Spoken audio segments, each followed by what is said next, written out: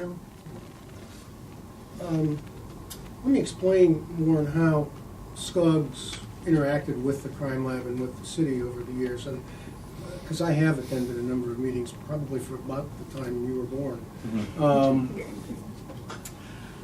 First of all, while the crime lab is under the titular authority of the city, the fact of the matter was that Scog, for all intents and purposes, took almost complete control of the crime lab. Every budget issue, every manpower issue was brought to a Scog executive committee and ultimately brought to the Scog governing board, the full governing board, for some sort of vote. So that we were kept completely aware of where our money was going and how it was being used. When I say our money, I mean the money that came to Scog from the local government funds, including the money that the city contributed to that fund, or contributed from their monies. The only authority the city ever exercised was payroll authority. The city would make certain that all of the employees of the crime lab were paid, that whatever other issues there were with any state employee or municipal employee, they received the proper notification. Well, that's supposed to be off. That's not me. No, that's my wife. That's even worse. You're on camera. Well, Speak out of quickly.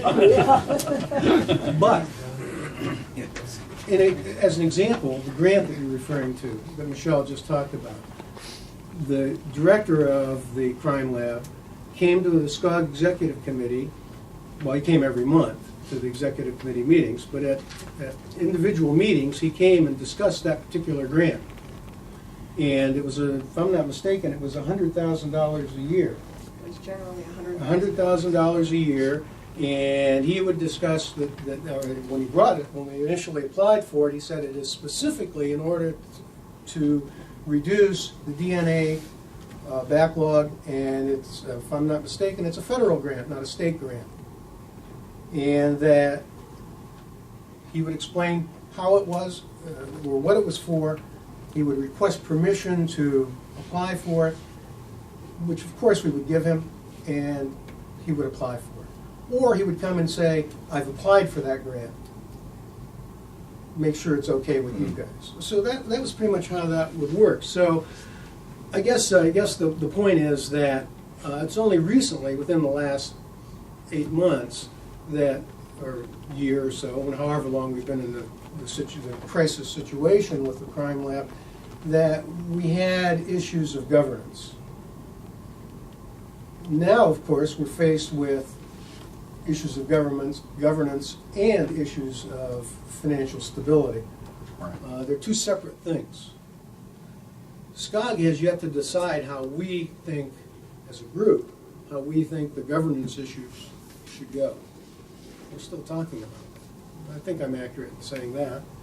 We haven't decided that yet. But we do have to make a decision in the near future.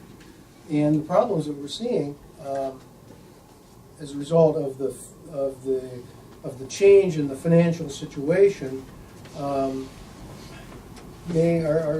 guess my point is, it was running smoothly for a long time.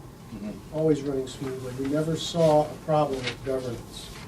Now we're seeing a problem with governance that we haven't seen before.